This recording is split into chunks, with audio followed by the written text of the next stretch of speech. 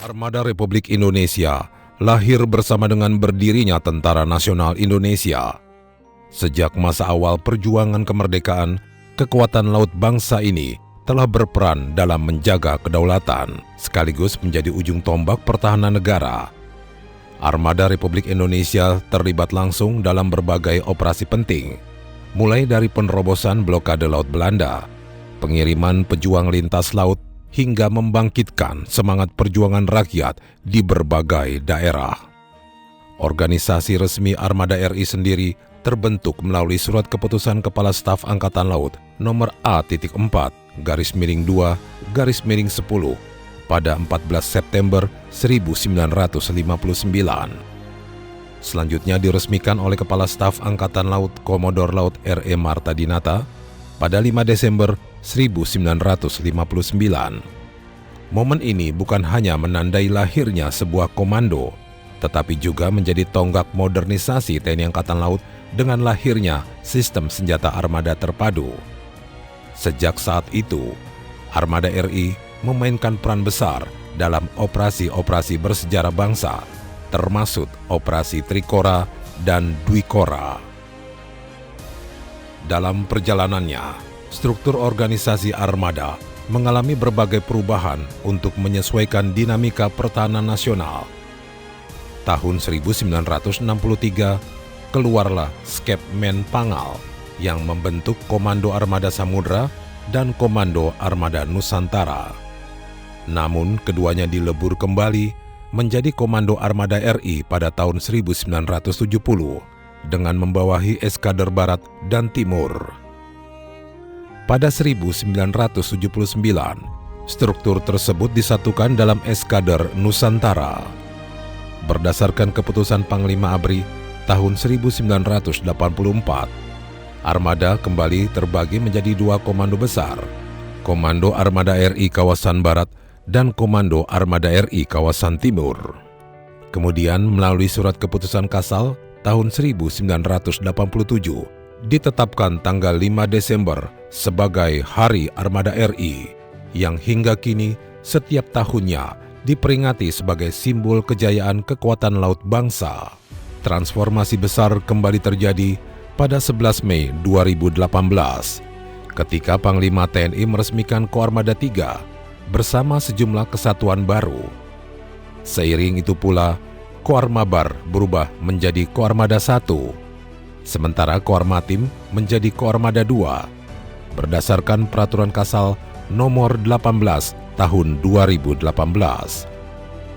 Melihat kerawanan strategis di kawasan Sabang, Selat Malaka, Laut Natuna Utara hingga alur Laut Kepulauan Indonesia 1, maka berdasarkan Keputusan Kasal nomor Kep/2794/8 Romawi /2022, Markas Komando Armada 1 dipindahkan dari Jakarta ke Tanjung Pinang. Peresmian relokasi ini dilakukan pada 5 Desember 2022, bertepatan dengan Hari Armada RI. Kini, Koarmada 1 tetap memegang peranan vital sebagai unsur pelaksana Koarmada RI. Tugas pokoknya adalah melaksanakan operasi militer untuk perang dan operasi militer selain perang. Dalam mendukung tugas tersebut, Koarmada 1 memiliki dua fungsi utama, yaitu fungsi operasi dan fungsi pembinaan. Fungsi operasi dilaksanakan sesuai dengan arahan Panglima TNI maupun Kepala Staf Angkatan Laut. Sementara fungsi pembinaan diarahkan untuk mewujudkan kesiapan tempur yang tinggi, pemeliharaan alutsista modern, serta menyiapkan personil yang profesional, baik dari segi jumlah, kualifikasi, maupun komposisi. Adapun sasaran operasi Koarmada 1 antara lain mewujudkan penangkalan terhadap ancaman dari luar negeri, melakukan pengendalian laut di wilayah rawan seperti Laut Natuna Utara dan Selat Malaka, menjaga keamanan maritim di seluruh perairan kerja Koarmada 1, serta membangun kemampuan proyeksi kekuatan dalam menghadapi setiap kontingensi. Seiring perkembangan organisasi, Lantamal kini telah berubah menjadi Kodairal yang langsung berada di bawah Koarmada RI, sehingga beberapa struktur turut disesuaikan. Aspotmar berubah menjadi Aster, Kadispotmar menjadi Kadister, dan Kadislambair menjadi Satkopebal. Dislokasi Satuan Kerja Koarmada 1 juga tersebar di titik-titik strategis.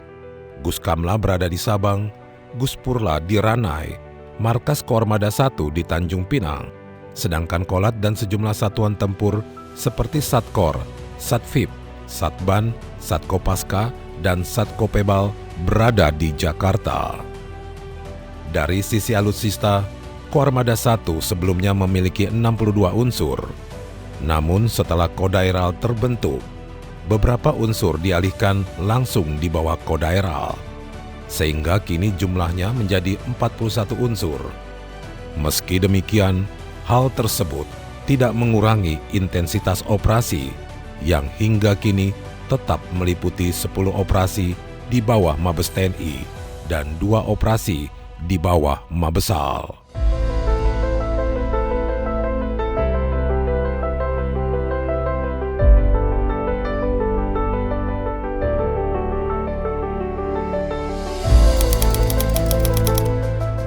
Ya, Selat Malaka ini yang kita tahu adalah jalur ekonominya dunia, sehingga TNI Angkatan Laut memiliki peran yang besar untuk menjamin keamanan bernavigasi, keamanan kriminal demi kelancarannya jalur ekonomi ini. Jalur ekonomi itu berbagai macam hal ada di sana, mulai dari logistik minyak sampai logistik perekonomian yang lain. Oleh karena itu, TNI Angkatan Laut memiliki peran khusus untuk mengamankan Selat Malaka ini. Hal yang dilakukan oleh TNI Angkatan Laut, khususnya Koarmada 1 saat ini adalah melakukan operasi-operasi yang dilaksanakan secara rutin di Selat Malaka ini dengan pola yang kita atur secara bergiliran, dan kita berharap di Selat Malaka ini selalu hadir unsur-unsur TNI Angkatan Laut Koarmada 1. Unsur KRI kita selalu hadir di dalam menjamin keamanan Selat Malaka ini. Kemudian kita tahu juga bahwa untuk mengamankan jalur ini kita tidak bisa berdiri sendiri, sehingga kita perlu melakukan kolaborasi dengan instansi yang memiliki kewenangan yang sama di laut dalam hal penegakan hukum. Di dalam penegakan hukum ini kita selalu berkolaborasi dengan stakeholder yang lain, terutama dengan Bea Cukai, Kepolisian, Polairut terutama, kemudian BNN juga dalam hal menangani permasalahan narkoba. Dan hal ini kalau kita lakukan secara bersama-sama, kita yakin bahwa Selat Malaka ini dapat kita jamin keamanannya dan memperlancar jalur perekonomian dunia.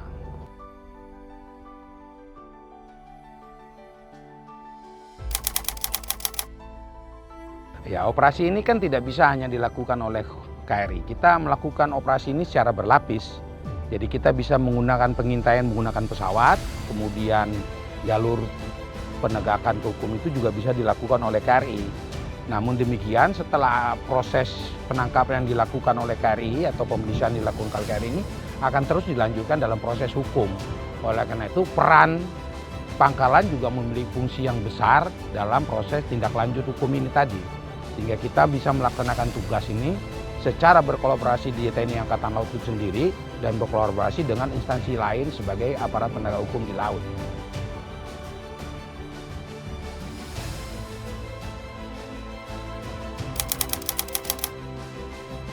Selat Malaka ini kan jalur internasional. Kita memiliki perbatasan dengan India, Thailand, Malaysia, Singapura, bahkan Vietnam, yang jalurnya akan kita dilalui oleh kapal-kapal dagang internasional ini. Hal ini bukan hanya menjadi tanggung jawab kita sebagai pengaman di Selat Malaka. Oleh karena itu kita berkolaborasi, bekerja sama dengan negara-negara tetangga kita yang memiliki kewenangan di Selat Malaka ini. Ada beberapa hal yang kita lakukan operasi secara bersama. Yang kita sebut dengan Singapura kita melakukan operasi Indosin, kemudian di Selat Malaka ada operasi MSSP, ada dengan India, Indindo, kemudian dengan Thailand, ada juga dengan Vietnam di perbatasan di luar Selat Malaka, tetapi itu bagian dari corongnya Selat Malaka itu sendiri. Dan operasi ini dilaksanakan sepanjang tahun demi menjaga keamanan Selat Malaka.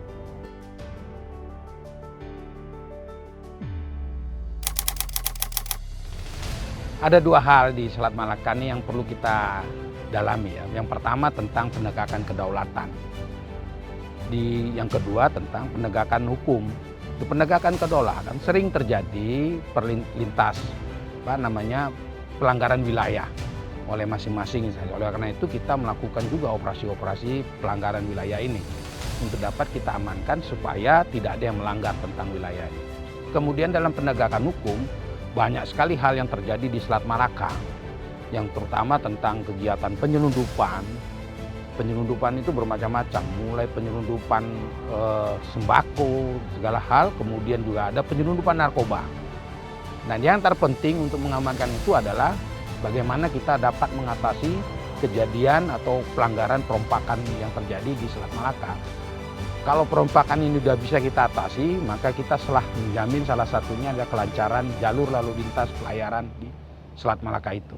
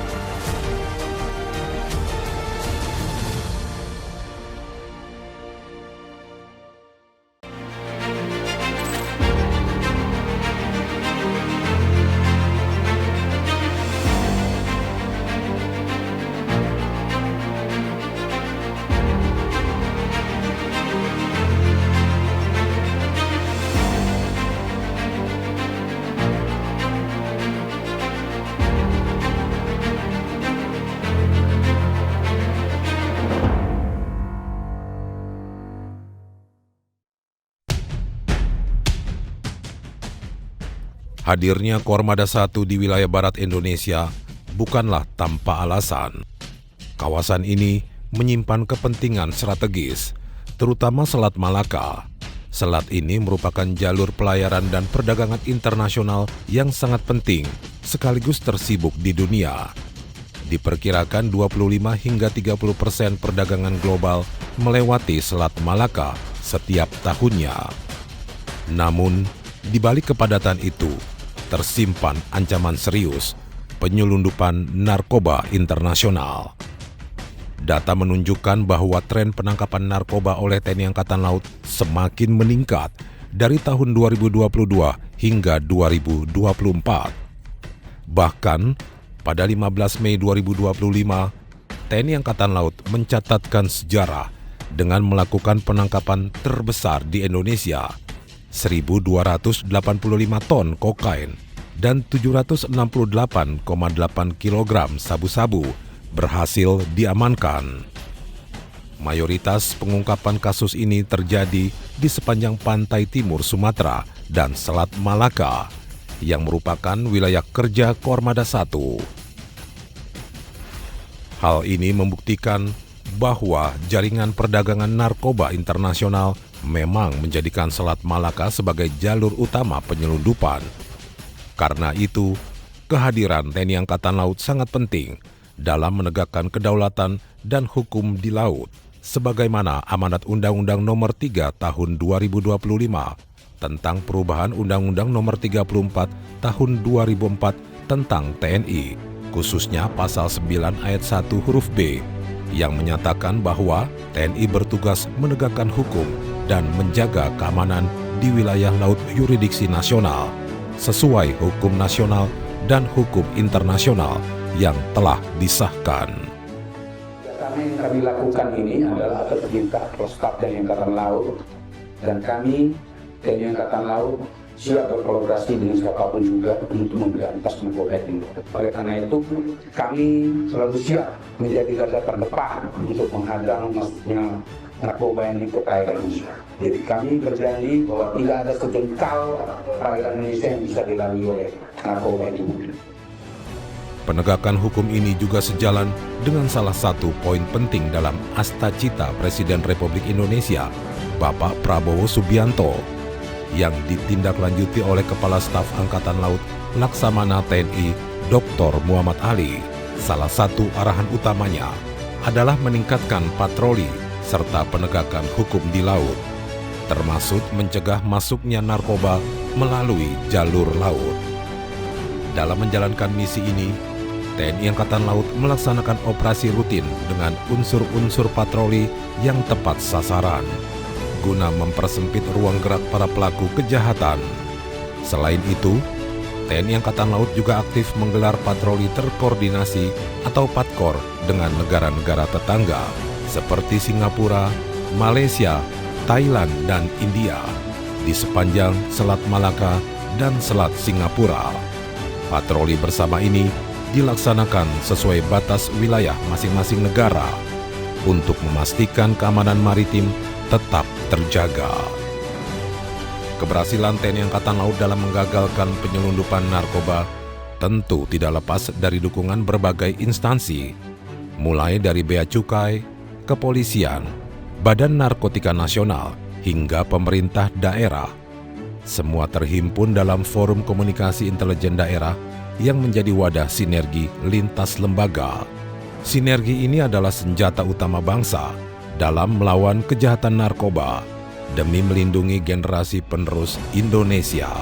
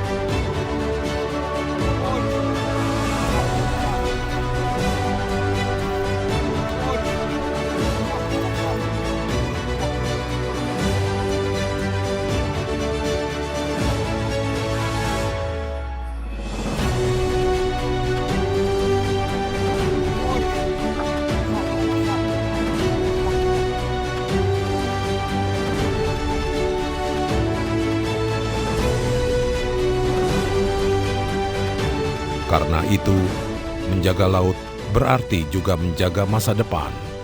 Narkoba adalah ancaman nyata yang berusaha merusak anak bangsa. Dengan kerjasama yang erat antar instansi, ditambah dukungan masyarakat, Indonesia yakin mampu menghadapi tantangan ini. Mari bersatu padu menjaga kedaulatan laut Indonesia, menutup celah penyelundupan narkoba, dan memastikan generasi muda terbebas dari jeratan barang haram ini demi cita-cita besar menuju Indonesia Emas 2045.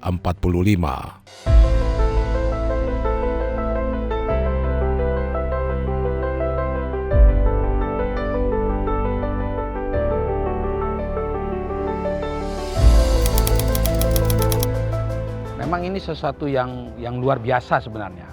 Kalau mengenai narkoba ini sebenarnya sudah suatu pelanggaran extraordinary yang harus menjadi menjadi pikiran kita semua, menjadi tanggung jawab kita semua untuk mengatasi ini. Pelanggaran narkoba ini bukan hanya masalah kita bisa menangkap, tetapi kalau ini dia lepas, ini yang rawan adalah generasi kita, generasi anak-anak muda kita. 20 tahun ke depan kita tidak tahu kalau sejumlah itu narkoba yang bisa lolos di jari kita, ini sangat berbahaya untuk keberlanjutan generasi muda kita. Nah, hal yang berhasil telah dilakukan oleh Armada 1 dalam hal ini, kita sudah pernah berhasil melakukan penggagalan penyelundupan narkoba. Yang pertama itu di bulan-bulan April, ya Februari-April, itu kurang lebih 60.000 ekstasi. 60.000 ekstasi ini cukup besar, ya, itu cukup besar. Karena eksekusi ini eksekusi kelas 1. Ini yang membicarakan ini penyidik yang menyampaikan kepada kita bahwa ini eksekusi kelas 1. Jadi satu eksekusi ini kalau dilebur lagi bisa menjadi 4 eksekusi. Jadi kalau 4 dikali 60.000 sudah kurang lebih 240.000. Ya. Ini sangat berbahaya bagi keberlangsungan generasi muda. Dan tidak lama, ini hanya periode 2005 semester 1. Tidak lama setelah itu kita berhasil menangkap kurang lebih bulan Mei ya. Tanggalnya mungkin 13, 14, 15 itu.